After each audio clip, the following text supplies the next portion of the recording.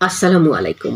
বাংলাদেশ বেতার রংপুর স্থানীয় খবরে স্বাগত জানাচ্ছি শাহানা রেজা।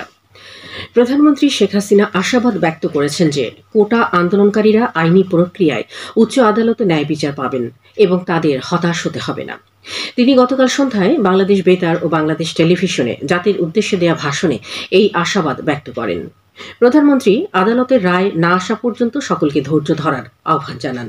প্রধানমন্ত্রী বলেন, তার সরকার শিক্ষা, স্বাস্থ্য, বাসস্থান সহ সকল ক্ষেত্রে উন্নয়ন করে বিশ্বে বাংলাদেশকে একটি উন্নত মর্যাদাশীল অবস্থানে নিয়ে গেছে।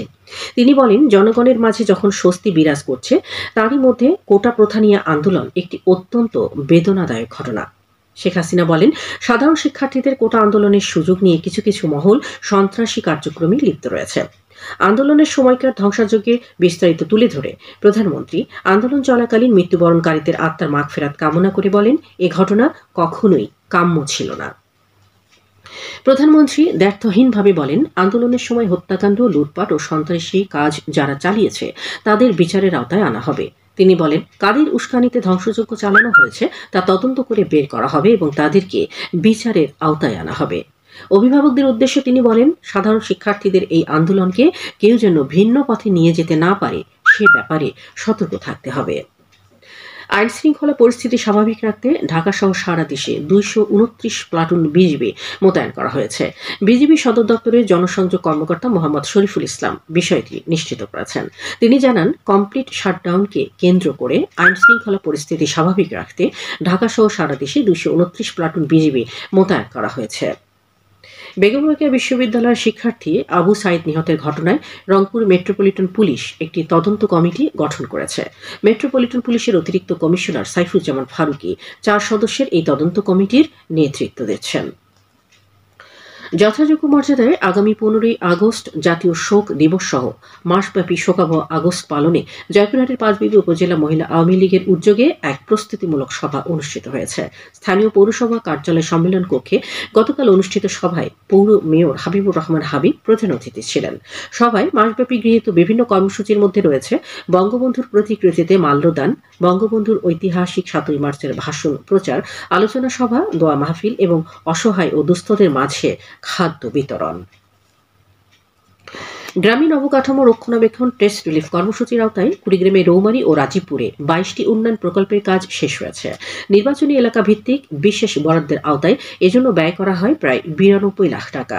গ্রামীণ কাঁচা সড়ক মেরামত, বাঁশের সাঁকো নির্মাণ, বিভিন্ন প্রতিষ্ঠানের মাঠ উন্নয়ন সহ মসজিদ ও মন্দির সংস্কার কাজ প্রকল্পের অন্তর্ভুক্ত ছিল। দুর্যোগ ব্যবস্থাপনা অধিদপ্তর প্রকল্পগুলো বাস্তবায়ন করে। এখন শুনুন কৃষি সংবাদ। চলতি মৌসুমে রংপুর অঞ্চলে পাটের বাম্পার ফলন হয়েছে। ফলন ভালো হওয়ায় পাট চাষিদের মুখে হাসি ফুটে উঠেছে। এখন চলছে পাট কাটার উৎসব মুখর ভরা মৌসুম। পাট খেতে ব্যস্ত সময় পার করছেন চাষিরা। চলতি মৌসুমে রংপুর অঞ্চলে 50,894 হেক্টর জমিতে পাট চাষ করা হয়েছে। এর মধ্যে রংপুরে 9,530, গাইবান্ধায় 13,790, কুড়িগ্রামে 17,265, লালমনিরহাটে 3,940 এবং নীলফামারী জেলায় 6,369 হেক্টর জমিতে পাট চাষ করা হয়েছে। এই অঞ্চলে চলতি মৌসুমে প্রায় 5,69,000 বেল পাট উৎপন্ন হবে বলে কৃষি সম্প্রসারণ অধিদপ্তর আশা করছে। কুড়িগ্রামে নৌমারী উপজেলায় রোপা আমন চাষের প্রস্তুতি স্বরূপ বীজতলা তৈরির কাজে ব্যস্ত সময় পার করছে চাষিরা। এবারে উপজেলায় 400 হেক্টর জমিতে বীজতলা তৈরির লক্ষ্যমাত্রা নেওয়া হয়েছে। ইতিমধ্যে 270 হেক্টর জমিতে বীজতলা তৈরির কাজ সম্পন্ন হয়েছে। বাকি 130 হেক্টরে বীজতলা তৈরির কাজ চলছে। উল্লেখ্য, কৃষি সম্প্রসারণ অধিদপ্তর চলতি আমন মৌসুমে 3,700 হেক্টর জমিতে রোপা আমন চাষের লক্ষ্যমাত্রা নির্ধারণ করেছে। খেলার খবর, ফুটবল।